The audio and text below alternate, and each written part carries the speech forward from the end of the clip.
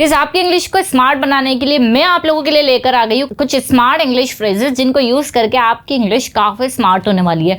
जैसे कि देखिए, डे टू डे लाइफ में हम लोग अक्सर ऐसे वर्ड्स बोलते ही हैं कि कभी ना कभी, या फिर टूट फूट, आगे पीछे, आज नहीं तो कल, चारों ओर, ठीक है, रुक रुक कर। तो ऐसे वर्ड्स हम लोग अक्सर यूज करते हैं, लेकिन जब बात आती है इन्हें इंग्लिश में ट्रांसलेट करने की या इनका इंग्लिश पता होने की, तब हम इन्हें इंग्लिश में नहीं बना पाते क्योंकि हमें इनके मीनिंग नहीं पता है। तो आज की इस क्लास में हम लोग कुछ ऐसे ही छोटे छोटे से वर्ड्स जो आपको एक ही बार में लर्न हो जाएंगे। जैसे कि यहाँ देखिए, हियर एंड देयर मतलब क्या होता है, यहाँ वहाँ, वैसे ही वन बाय वन एक एक करके। तो आप बस देखेंगे और आपको याद हो जाएंगे, आपको ज्यादा मेहनत करने की जरूरत नहीं है। तो गाइस, हमेशा की तरह वीडियो काफी इंपॉर्टेंट होने वाला है, क्लास के एंड तक जरूर से बने रहिएगा। चलिए क्लास को स्टार्ट करते हैं, लेट्स बिगिन। देखिए, सबसे पहला वर्ड जो यहाँ पर दिया हुआ है वो बिल्कुल ईजी है, यहाँ वहाँ मतलब हियर एंड देयर, ठीक है। जैसे हम लोग बोलते हैं ना, तुमने सामान यहाँ वहाँ क्यों फेंक दिया, या फिर बच्चा यहाँ वहाँ घूम रहा था। तुम हमेशा अपना सामान इधर उधर या यहाँ वहाँ फेंक देते हो, तो यहाँ वहाँ के लिए आप यूज करेंगे हियर एंड देयर। चलिए एग्जाम्पल देखते हैं।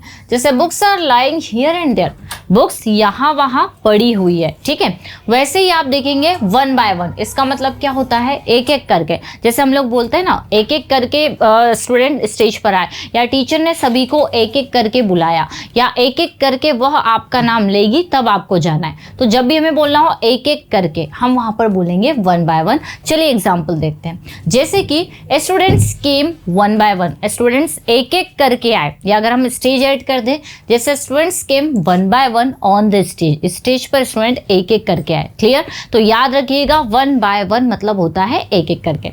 नेक्स्ट है अगेन एंड अगेन, ये भी काफी ज्यादा डे टू डे लाइफ में यूज होता है। जैसे कि बार बार, बार बार तुम एक ही क्वेश्चन क्यों पूछते हो, बार बार वह यहाँ वहाँ जा रहा था, या फिर उसने बार बार मुझे ही कॉल किया। तो अगेन एंड अगेन मतलब बार बार, याद करते चलिए, काफी इंपॉर्टेंट फ्रेजेस है ये। एग्जाम्पल देखते हैं। Don't ask me again and again, मुझसे बार बार मत पूछो, ठीक है। या he was asking the same question again and again, वह एक ही क्वेश्चन बार बार पूछ रहा था। नेक्स्ट है लिटिल बाय लिटिल, जिसका मतलब होता है थोड़ा थोड़ा करके। देखिए, मैं यहाँ हिंदी नहीं लिख रही हूँ क्योंकि आपको ये सुनकर ही याद होने वाला है। तो लिटिल बाय लिटिल मतलब होता है थोड़ा थोड़ा करके। जैसे थोड़े थोड़े करके उसने काफ़ी सारे पैसे इकट्ठे कर लिए, थोड़ा थोड़ा करके आपको सब समझ में आ जाएगा या आप सब कुछ सीख जाएंगे, ठीक है। एग्जाम्पल देखते हैं। She is learning little bye little मतलब धीरे धीरे, हम समझ सकते हैं धीरे धीरे या थोड़ा थोड़ा करके वह सीख रही है, ग्रेजुअली वह सीख रही है। नेक्स्ट है ब्लैक एंड व्हाइट। अब ये जैसा दिख रहा है, इसका मतलब काला या सफेद नहीं होता, इसका मतलब होता है बिल्कुल साफ सुथरा या एकदम क्लियर। जैसे हम लोग बोल सकते हैं कि उसने जो नियम बनाया है वो बिल्कुल साफ सुथरा है, बिल्कुल क्लियर है। हमारा जो कॉन्स्टिट्यूशन है वो बिल्कुल साफ सुथरा है, ठीक है, बिल्कुल क्लियर है। तो ब्लैक एंड व्हाइट मतलब साफ सुथरा। जैसे the rule is black and white, जो नियम है वो बिल्कुल साफ सुथरा है, कोई कंफ्यूजन नहीं है। वैसे ही डेड और अलाइव मतलब होता है जिंदा या फिर मरा हुआ। ये ज़्यादातर मूवीज, स्टोरीज, डायलॉग में यूज होता है। जैसे किसी भी कंडीशन में जिंदा या फिर मरा हुआ, जैसे बोलते हैं ना कि ये वांटेड है, ये किसी भी कंडीशन में चाहिए, चाहे जिंदा हो या फिर मरा हुआ। तो डेड और alive. He wants him dead और अलाइव, उससे वह व्यक्ति किसी भी कंडीशन में चाहिए, चाहे वह जिंदा हो या फिर मरा हुआ। वैसे ही स्टेप बाय स्टेप, इसका मतलब होता है प्रक्रिया से, लेवल वाइज। जैसे हम लोग बोलते हैं कि आपको इंग्लिश स्टेप बाय स्टेप मतलब प्रक्रिया से सीखनी चाहिए, ऐसा नहीं कि डायरेक्ट बोलना स्टार्ट कर दिया। एक एग्जांपल है ओनली। तो कोई भी चीज़ जब हमें प्रक्रिया से करनी है, लेवल से करनी है, स्टेप बाय स्टेप करनी है, तो वहाँ हम यूज़ करेंगे स्टेप बाय स्टेप। जैसे learn it step by step, इससे प्रक्रिया से सीखो, लेवल वाइज सीखो, ठीक है। तो learn it step by step, या I want to learn it step by step, मैं इसे स्टेप बाय स्टेप सीखना चाहती हूँ। नेक्स्ट है गाइस डे एंड नाइट, इसका मतलब होता है कॉन्टिन्यूसली, लगातार, बिना रुके, ठीक है।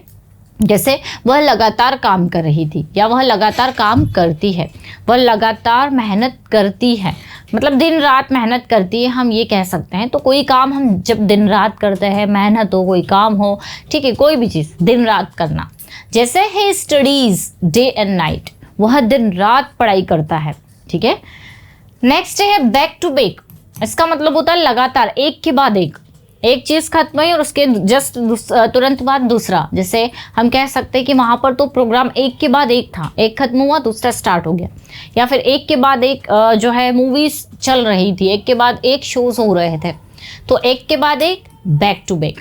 वैसे ही एग्जाम्पल देखिए, we had back to back classes, हमारी जो क्लासेस थी वो बैक टू बैक थी, एक के बाद एक लगातार थी, कोई गैप नहीं था। वैसे ही programme was back to back, जो प्रोग्राम था वो एक के बाद एक था।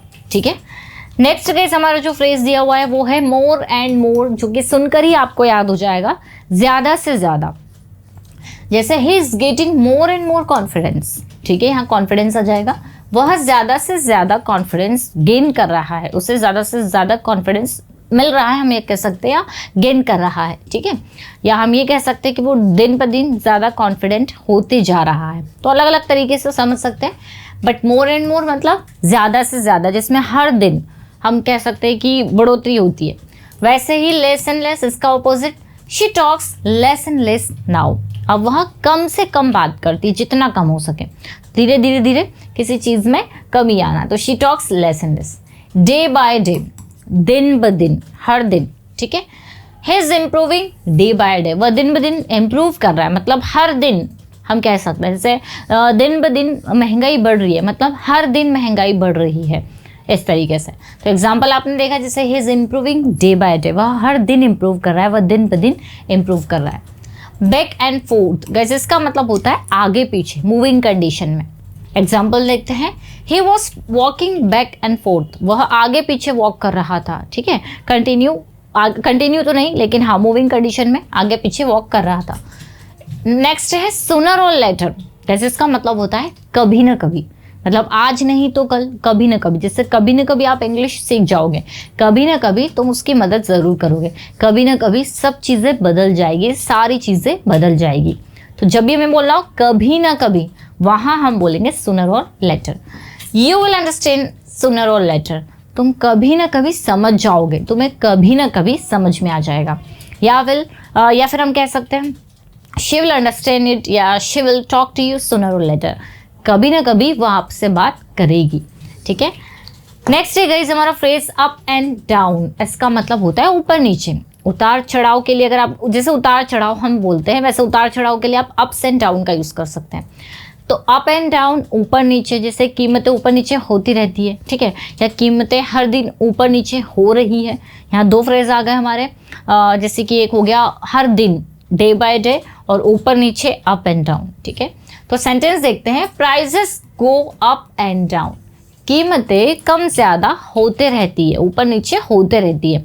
तो कम ज़्यादा, ऊपर नीचे होना, अप एंड डाउन। जैसे पानी का लेवल ऊपर नीचे होते रहता है, तो वहाँ भी आप अप एंड डाउन का यूज़ कर सकते हैं। नेक्स्ट है ऑन एंड ऑफ, जिसका मतलब होता है रुक रुक कर। जैसे वह रुक रुक कर काम कर रही थी, मूवी रुक रुक कर चली। ठीक है, तो कोई चीज़ रुक रुक कर हुई, वहाँ पर on end of. It's raining on end of, रुक रुक कर बारिश हो रही है। टेंस तो हम कोई सा भी ले सकते हैं। वैसे ही ओवर एंड ओवर, इसका मतलब होता है गाइस बार बार। ठीक है, जैसे I told you over and over, मैंने तुम्हें बार बार कहा। अगेन एंड अगेन जैसे हम लोग बोलते हैं, वैसे ही आप ओवर एंड ओवर का यूज़ कर सकते हैं।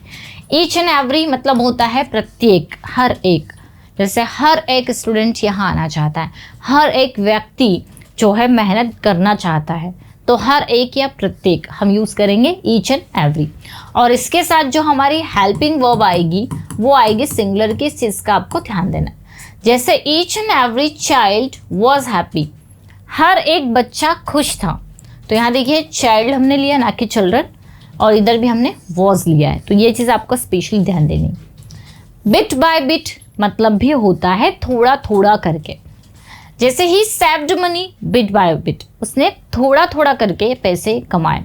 ठीक है, जैसे भी आपको मैंने इसके पहले एग्जांपल दिया था कि थोड़ा थोड़ा करके वह पैसे कलेक्ट कर रही है, तो वैसे ही उसने थोड़ा थोड़ा करके पैसे कमाए। नेक्स्ट है फार एंड वाइड, मतलब लार्ज एरिया, दूर दूर तक। जैसे दूर दूर तक उसे कोई नहीं दिखाई दिया, वैसे ही एग्जाम्पल देखिए, the news spread far and wide, news जो है वह दूर दूर तक फैल गई, जो अफवाह थी वह दूर दूर तक फैल गई। ठीक है, तो अफवाह को बोलते हैं इल्यूजन, आप इसे भ्रम हम कह सकते हैं, इल्यूजन भ्रम होता है। तो भ्रम जो था वो दूर दूर तक फैला हुआ था। ठीक है, इसका सेंटेंस आप ज़रूर बनाएंगे। फ्रॉम टाइम टू टाइम हम कह सकते हैं कभी कभी, ओकेजनली। जैसे call me from time to time, मुझे समय समय पर भी इसका परफेक्ट हिंदी है। तो समय समय पर मुझे कॉल कर लेना, समय समय पर अपनी मम्मी से मिलने चले जाना, समय समय पर उसकी मदद करते रहना। तो from time to time. Next है ऑल इन ऑल, इसका मतलब होता है गाइस कुल मिलाकर।